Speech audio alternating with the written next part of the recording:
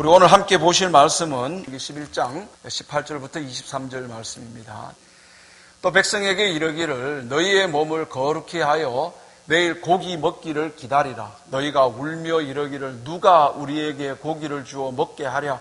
애굽에 있을 때가 우리에게 좋았다 하는 말이 여호와께 들렸으므로 여호와께서 너희에게 고기를 주어 먹게 하실 것이라. 하루나 이틀이나 닷새나 열흘이나 서무날만 먹을 뿐 아니라 냄새도 싫어하기까지 한 달 동안 먹게 하시리니 이는 너희가 너희 중에 계시는 여호와를 멸시하고 그 앞에서 울며 이르기를 우리가 어찌하여 애굽에서 나왔던가 함이라 하라.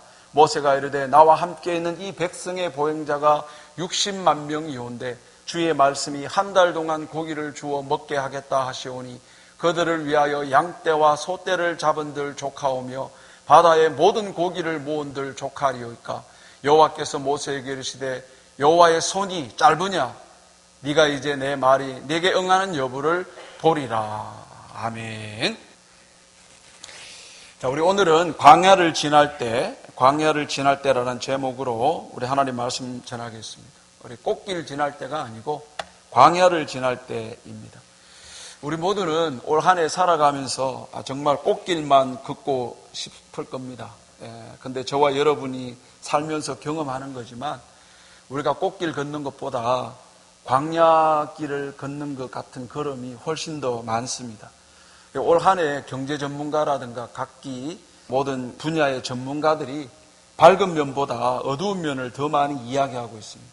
이 어두운 전망 때문에 마음 한구석에 불안감이 이렇게 기어 올라와서 문득 올해 내 직장이 든든할까? 내가 열고 있는 이 비즈니스에는 문제가 없을까? 내 가정은 괜찮을까? 내 아이들은 올 한 해 아무 탈 없이 잘 커줄까? 이런 걱정스러운 마음이 올라올 때가 있습니다. 마음 한편으로는 그래도 잘 될 거야. 이런 마음이 또 있고 기대감도 있지만은 이런 두려움과 걱정스러운 마음도 만만치 않게 있습니다. 근데 여러분 20년 전이나 10년 전이나 각 분야의 전문가들이 내어놓았던 전망들을 살펴보면 마치 그들이 입을 맞춘 것처럼 힘든 것만 얘기해 왔다는 거예요. 긍정적인 전망을 내놓은 적이 별로 없다는 겁니다. 그런데 놀라운 것은 그 전문가들의 그런 그 어두운 면을 전망했지만 사는 것은 20년 전이나 10년 전을 비교해 볼 때 우리의 삶의 질은 계속 나아졌고요. 우리가 갖고 있는 소유도 이전보다 더 많이 늘어났던 걸 확인할 수가 있을 겁니다. 그래서 우리는 이런 각계 전문가들의 그 어두운 전망에 그렇게 신경 쓰기보다는 올 한 해도 하나님 우리 의지하고 한 걸음 한 걸음 그렇게 걸어가면 될 것입니다. 여러분 이런 속담이 있어요. 우보천리 마보심리라는 사자성어가 있는데요. 소걸음으로 가면 천리 길을 가지만 말걸음으로 달리면 십리밖에 못 간다. 이런 뜻이 있습니다. 여러분 소걸음으로 느리지만 천천히 묵묵히 걸어가면 천리길, 천리를 계산하면 한 400km 정도를 가지만 뭐 급하게 서두르고 뛰어간다고 해서 가봐야 십리도 못 간다는 거예요. 십리는 4km입니다. 4km. 우리 올 한 해 주변에 막 여러 잡소리에 마음이 흔들려가지고 나는 왜 이렇게 느리냐, 내가 이렇게 가다가는 뒤처지는 거 아니냐, 내 나이가 곧 40인데 뭐 50인데 뭐 60인데 이렇게 전전긍긍하고 살지 말고 우리 하나님 의지하면서 뚜벅뚜벅 한 걸음 한 걸음 걷다 보면요 분명히 확신하건대 작년보다 또 올 한 해 우리가 더 나아진 결과물을 얻으면서 하나님께 감사할 날이 오게 될 겁니다. 여러분 우리가 이렇게 흔들리지 않고 저 우보천리의 삶을 살아내려면요 우리의 중심을 붙잡아주는 뭔가가 필요합니다. 그게 뭘까요? 그게 말씀입니다. 말씀. 정말 그렇습니다. 우리 마음이 불안하고 답답하고 어둡고 지금 내가 제대로 가고 있는 게 맞을까? 이걸 확인하고 싶어서 때때로는 우리 뭐 유명한 철학자라든가 유명한 강사의 또 이야기라든가 선인들의 이야기를 우리 듣고 싶어 하잖아요. 그들이 말해주는 그런 지혜와 경험담을 우리가 들으면서 마음의 위로도 얻고 내가 지금 잘 살고 있구나 이런 걸 우리 확인하지 않습니까? 최근 저에게도 성경 말씀 말고 저의 마음에 큰 울림을 줬던 시가 있습니다. 2023년 들어와서 제가 이제 50대 중반을 넘어서서 살다가 보니까 어느 날 갑자기 마음에 야, 뭐 이루어 놓은 것도 없는데 뭐 60을 바라봐야 되거든요. 지금 나이 60이 다 돼가는데 집도 지금 한 채가 없으니 막 그런 생각이 들면서 야, 내 나이가 벌써 은퇴 이후에 어떻게 할까? 이런 걸로 인해 마음이 무거워져 있는 그때에 박노해 시인의 이런 시가 눈에 들어왔습니다. 한번 보세요. 너는 작은 솔씨 하나지만 네 안에는 아름드리 건강송이 들어있다. 너는 작은 도토리 알이지만 네 안에는 우람한 참나무가 들어있다. 저 끝에 보세요. 너는 지금 모르지만 너의 때가 오고 있다. 저게 저의 마음을 이렇게 탁 터치를 해줘서 얼마나 큰 위로가 됐는 줄 모릅니다. 여러분, 이렇게 우리는 우리 마음이 막 불안하고 답답하고 어둡고 내가 지금 제대로 사는 게 맞는가 이런 혼란스러울 때 이런 그 선인들의 이런 지혜자들의 교훈이라든가 경험담을 들을 때 우리가 위로를 얻을 수 있거든요. 그런데 우리 그리스도인들은 여기로 그치면 안 되고요. 세상 지혜자의 말도 우리가 도움받아야 되겠지만 이럴 때 하나님은 뭐라고 하셨을까? 이럴 때 성경은 뭐라고 하셨을까? 우리는 이거 궁금해 하셔야 됩니다. 우리 광야길을 걸을 때 하나님이 뭐라고 말씀하셨는지, 그리고 우리보다 먼저 광야길을 걸었던 사람이 있을 거 아닙니까?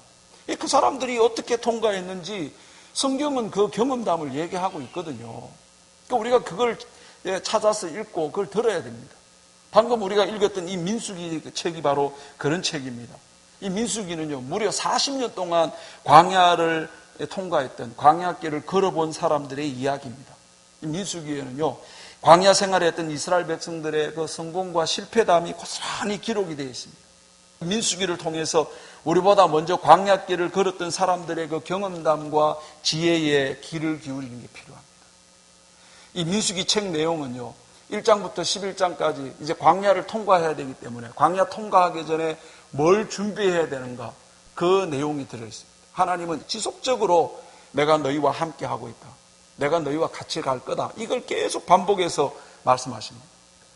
그리고 11장부터 36장까지는 이제 드디어 광야의 발걸음을 내딛기 시작하는 거예요. 광야의 발걸음을 내딛기 시작하면서부터 있었던 사건들이 기록이 되어 있습니다.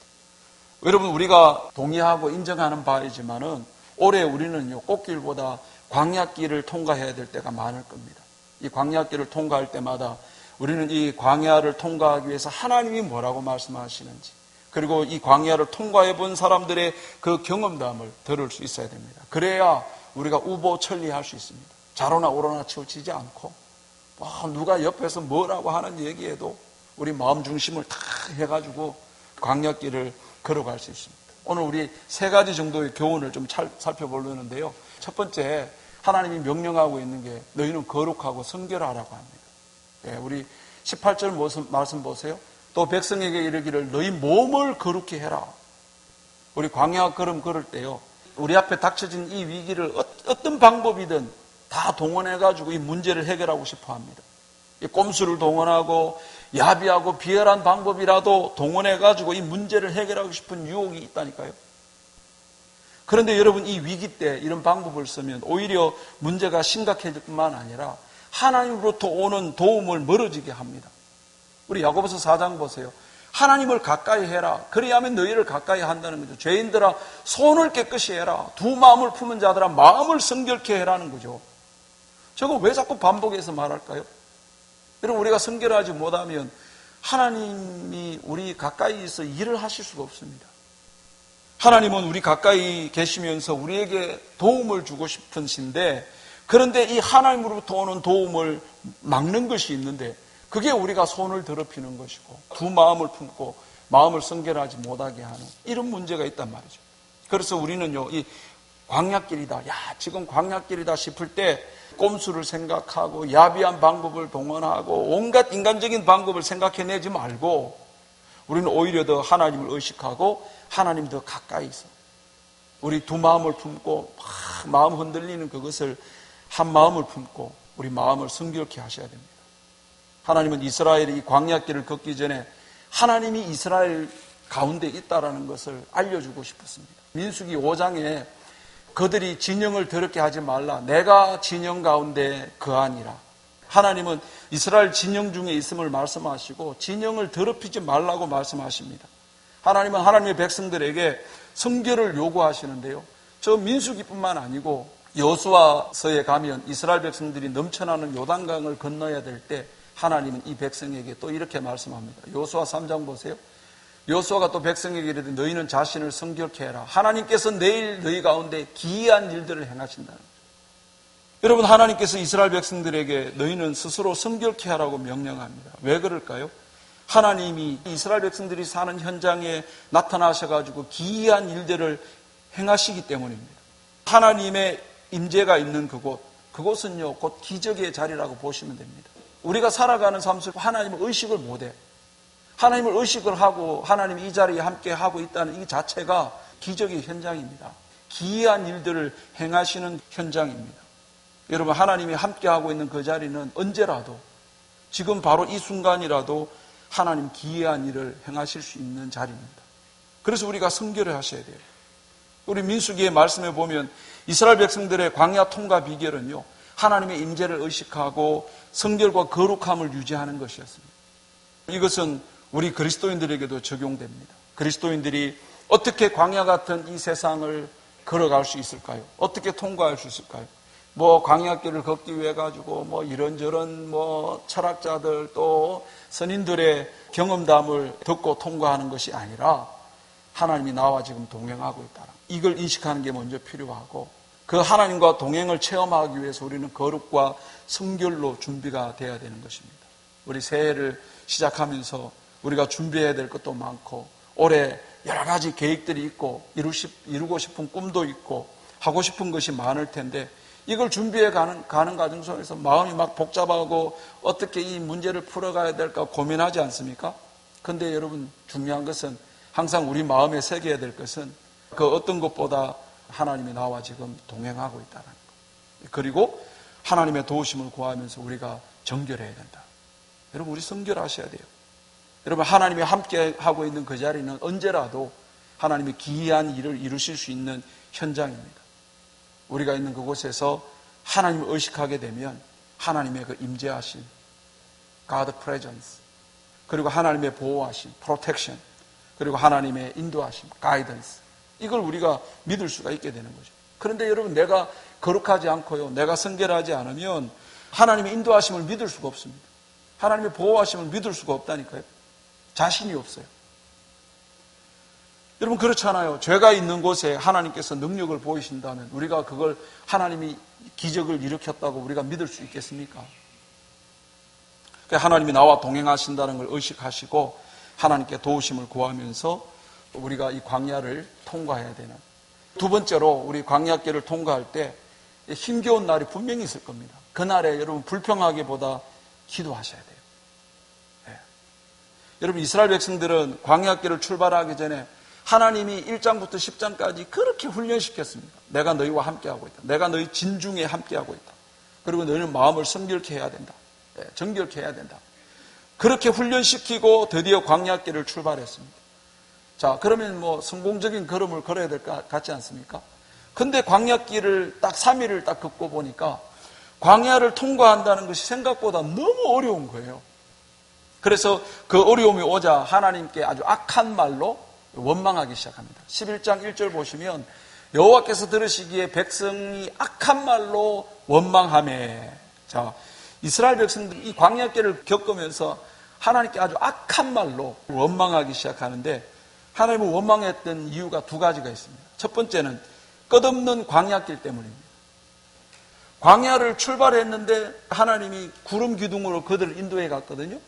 구름이 머무는 걸 보니까 또 거기도 광야더라는 거예요. 여러분, 이게 얼마나 짜증나는 일입니까? 광야 걸음을 걷는데 여호와께서 구름으로 그들을 인도해서 도착한 곳을 보니까 또 광야더라는 거죠. 한번 보세요.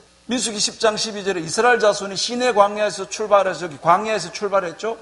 자기 길을 가는데 바란 광야에 구름이 머물러 있는 거죠. 시내 광야를 출발해가지고 갔는데 도착한 곳이 바란 광야에 도착한 거예요. 근데 저 바란 광야가 어떤 곳인가 하면 신명기 1장에 저 바란 광야를 뭐라고 평가하냐면 크고 두려운 광야라고 표현합니다. 여러분, 한번 보세요. 방금 시내 광야를 벗어나가지고 구름이 인도에서 도착한 것을 보니까 바란 광야인데, 이 광야는 쉬운 광야가 아니라 크고 두려운 광야에 도착을 했다는 거죠. 그러니까 이스라엘 백성들이 짜증이 나는 거죠. 여러분, 이것이 우리들의 현실 아닙니까? 방금 광야를 통과했는데 또 광야를 만나는 것이 우리의 현실 아닙니까? 근데 이 광야가 이전보다 쉬우면 그래도 좀 견딜만 한데 이게 이전보다 더 어렵고 두려운 광야일 수 있단 말이죠. 우리나라 속담에도 산 넘어 산, 갈수록 태산 이런 말이 있지 않습니까? 오죽하면 이런 말들이 나왔겠어요? 그게 우리 삶 아닙니까? 광야를 통과했다 싶은데 또 광야를 만나게 되면 그리스도인들이라 하더라도 믿음이 있는 사람이라 하더라도 마음이 무너지고 이 이스라엘 백성들처럼 악한 말로 하나님 앞에 불평할 가능성이 많죠. 두 번째로 이 사람들이 왜 불평하게 됐느냐 하면요, 먹는 문제 때문에 그렇습니다. 우리 민수기 11장 4절 보세요. 그들 중에 섞여 사는 다른 인종들이 탐욕을 품으니까 이스라엘 자손도 울면서 누가 우리에게 고기를 주어 먹게 하랴. 6절 보세요. 우리에게는 이 만나밖에 없다, 이런 얘기를 합니다. 이들이 불평하는 내용을 보면요, 먹을 게 없어서 불평한 게 아니라니까요. 먹을 것이 다양하지 않다는 것 때문에 이들이 불평을 합니다. 이 6절 보세요. 만나 외에는 먹을 게 없다라는 거죠. 여러분, 무슨 의미일까요? 그들은요, 먹을 메뉴가 다양하지 않다는 것 때문에 불평했습니다. 지금 가지고 있고 누리고 있고 먹고 있는 이것보다 더 다양한 것, 더 다양한 메뉴로 더 다양한 재미, 더 다양한 육체의 즐거움을 채워달라는 거죠. 이제는 만나는 지겹다는 겁니다.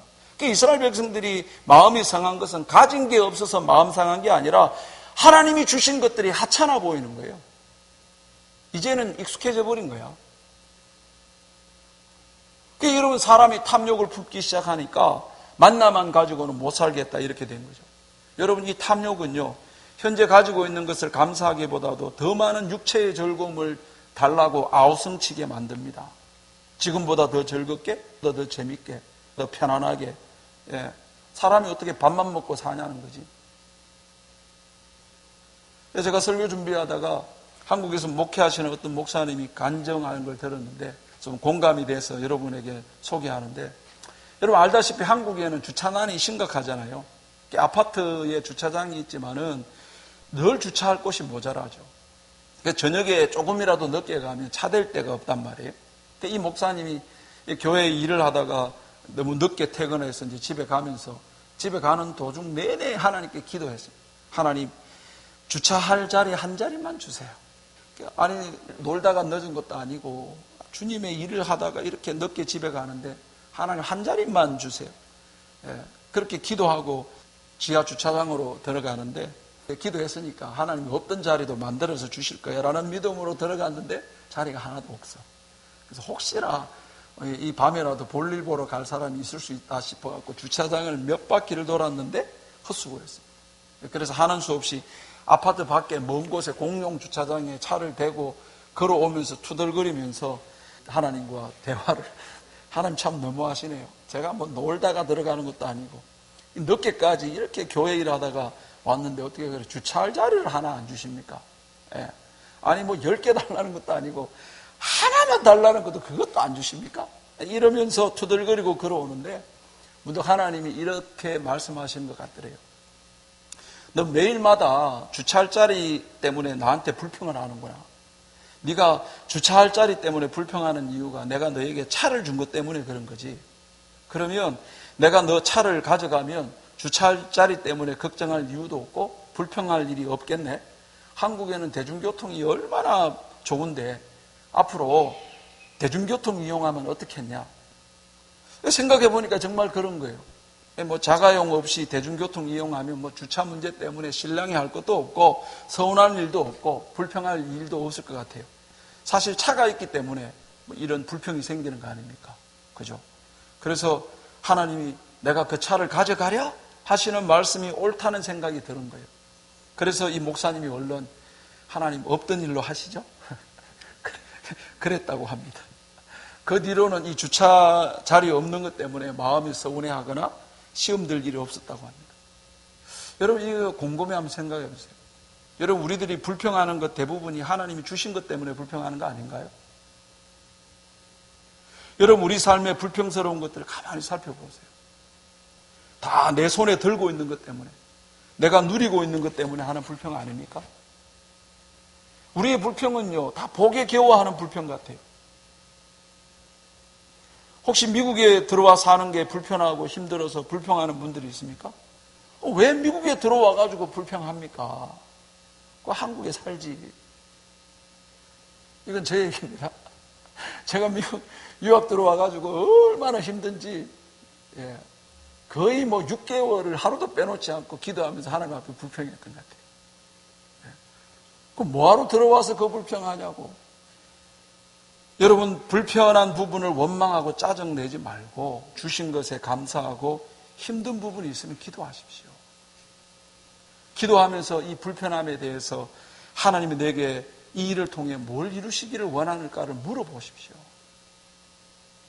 이스라엘이 만나는 지겹고 고기는 먹고 싶다고 하는 이 문제를 먹을 것이 없는 것이 아니라 하나님이 주신 것이 초라하고 하찮게 보이는 거예요. 사람이 탐욕을 품기 시작하니까 만나만 가지고는 못 살겠다고 그런 거 아닙니까? 하나님은 이들의 불평에 진노하십니다. 하나님이 진노하신 이유는요, 이들이 없는 것 때문에 불평한 것 때문에 그런 게 아니라 그들이 불평을 해결하는 방법 때문입니다. 우리 10절 말씀 보세요. 온 백성 종족이 각각 자기 장막문에서 우는 것을 모세가 듣는데 여호와의 진노가 심히 크고, 여러분 살면서 왜 불평거리가 생기지 않겠습니까? 또 왜 광야길을 걷는데 힘들지 않겠냐고요. 하나님은요, 우리의 삶의 무게를 아십니다. 그런데 문제는요, 이 어려움을 해결하는 방법이라니까요. 이 이스라엘은 그들의 삶의 불평스러운 이 일을 해결하는 방법을 악한 말로 원망하면서 온종일 장막 문 앞에 앉아서 우는 방법으로 해결을 하려고 하는 거죠. 하나님은 이런 식으로 문제 해결하는 방법을 기뻐하지 않으십니다. 우리는 이스라엘 백성들의 이런 모습을 보면서 우리 광야길을 걸으면서 그 힘겨운 날에 우리 어떻게 문제를 해결할 줄 배울 수 있습니다. 여러분, 내가 가는 길이 광야길 같아서 불평스러우세요? 그렇다면 그 문제 앞에 짜증내고 원망하고 신경질 낼 문제가 아니라 이건 기도해야 될 문제입니다. 최근에 우리 교회 어떤 가족이 어떤 문제가 있어서 하나님 앞에 기도하기로 작정한 걸 보고 제 마음이 너무 기쁘더라고요. 저도 그걸 같이 기도해주고 있는데, 여러분, 기도해야 될 문제입니다. 한국에서 감자탕 교회로 잘 알려진 교회 목사인 조현삼 목사님이 말의 힘이라는 책을 썼는데요. 이 책에 이런 에피소드가 있습니다. 어느 날 교회 일을 진짜 많이 하시는 분이 이 복도를 지나가면서 목사님 들으라고, 아이고 힘들어, 이러다가 죽겠다 이러고 지나갔어요. 그래서 그 목사님이, 그 여집사님이 너무 안쓰러워가지고, 집사님 잠깐 제 사무실로 오시라고. 집사님 많이 힘드시죠? 우리 같이 기도합시다. 그리고 목사님이 이렇게 기도했답니다. 하나님, 이 김 집사님이 힘들어 죽겠다고 합니다. 그 꿈대로 이루어지게 하소서. 무슨 얘기인지 아시겠습니까?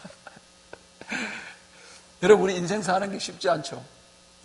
실망스러운 일도 겪을 거고 마음 상한 일도 겪을 겁니다. 그때마다 우리 목구멍에 이까지 불평과 불만이 온갖 악담들이 이리 올라오더라도 이거 집어삼키시고 이렇게 외치십시오. 이 문제는 불평할 문제가 아니라 기도해야 될 문제다. 나는 기도하리라. 여러분, 찬송가 430장 주와 같이 길 가는 것 뭐죠? 즐거운 일 아닌가? 아멘? 주와 같이 길 가는 것 짜증나는 길 아닌가? 아닙니다. 우리는 입으로는 주와 같이 길 가는 것 즐거운 일 아닌가? 속으로는 짜증나 죽겠네. 빨리 안 끝내냐? 이러고 있는 거 아닌가요? 여러분, 우리가 이 광야길 때문에 마음이 상할 때 다시 하나님을 신뢰하는 마음을 가지고 하나님께 기도를 해결하셔야 됩니다. 광야길 앞에서 이렇게 외치세요. 힘겨운 날에 나는 불평하기보다 기도하리라. 이런 결정하시기 바랍니다. 마지막 세 번째로 광야길을 어떻게 통과할 수 있을까요?